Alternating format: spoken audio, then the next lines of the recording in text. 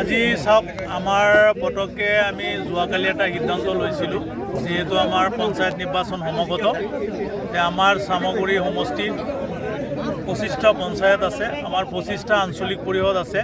আমি আগন্তুক নিৰ্বাচনৰ পঞ্চায়ত নিৰ্বাচনৰ উপলক্ষে এটা আলোচনাৰ কাৰণে আজি এই সভাত আমি ৰূপী কলেজৰ সন্মুখত ৰূপী জাতীয় বিদ্যালয়ত এখন সভা অনুষ্ঠিত কৰিছোঁ।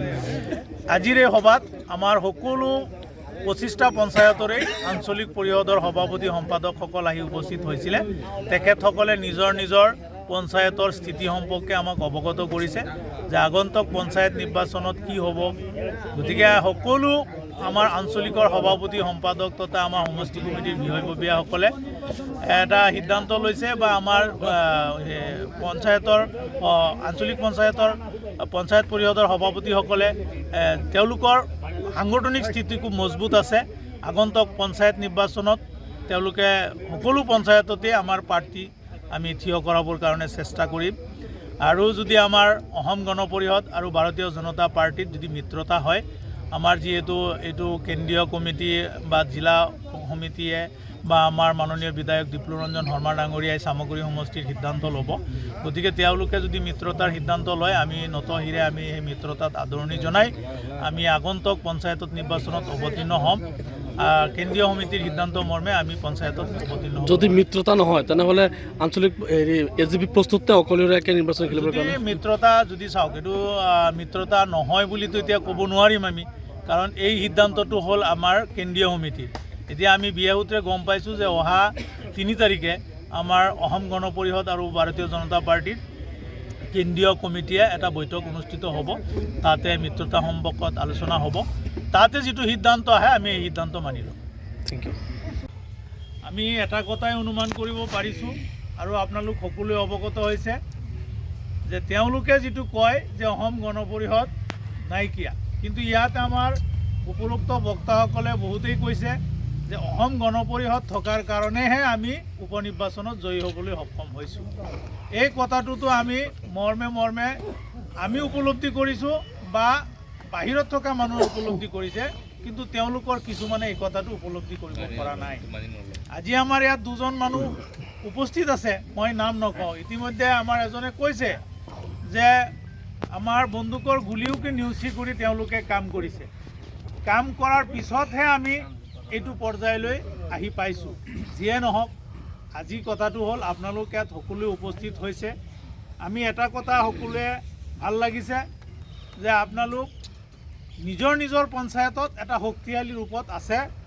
কিন্তু এতিয়া কথাটো হ'ল আগন্তুক নিৰ্বাচনত মই অলপ আগতে কৈছিলোঁ যে 9 তাৰিখৰ পিছত হয়তো 10, 11, 12 তাৰিখে অধিসূচনা হ'ব আৰু ফেব্ৰুৱাৰী মাহৰ 5 তাৰিখৰ আগত নিৰ্বাচন সমাপ্ত কৰি একেবাৰে ৰিজাল্টলৈকে হৈ যাব, খুব সম্ভৱ।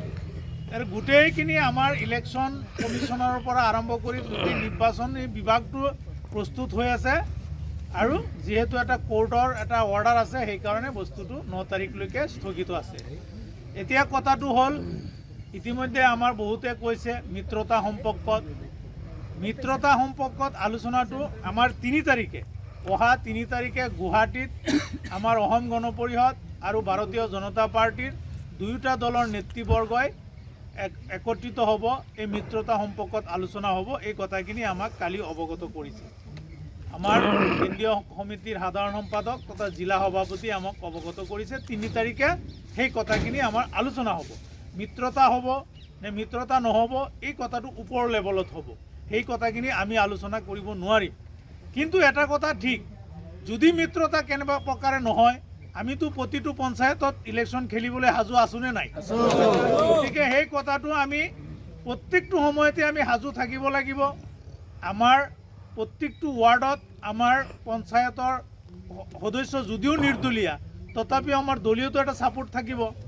এই 11 তাৰিখৰ ভিতৰত আমি প্ৰতিটো ৱাৰ্ডত আমাৰ দলীয় হিচাপে আমি এজন প্ৰাৰ্থী আপোনালোকে বাছি উলিয়াব লাগিব।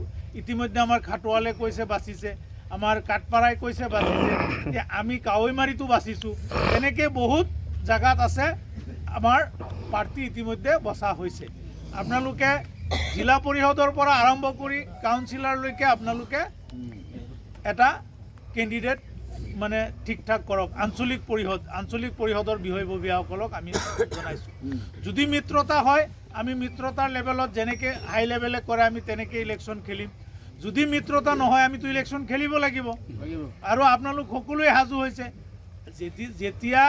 যেতিয়া ধৰক এজিপিৰ ইয়াত অলপ শক্তিটো কম আছিলে যোৱাবাৰ, তেতিয়াও আপোনালোকে ইলেকশ্যন খেলি ছেকেণ্ড পজিশ্যনত আছে। এতিয়াতো আমাৰ শক্তি ভাল, গতিকে আমি এইবাৰ ছেকেণ্ড পজিশ্যন নহয় ফাৰ্ষ্ট পজিশ্যনত থাকিম ইনশাল্লাহ আপোনালোক। আৰু এটা কথা ইয়াত কৈছে যে যোৱাবাৰ মোক কৈছে কথাখিনি যে যোৱাবাৰ ইলেকশ্যনত কাউণ্ট। যিকোনো খবৰৰ বাবে যোগাযোগ কৰক 7099017330 লগতে 7099017110 নম্বৰত।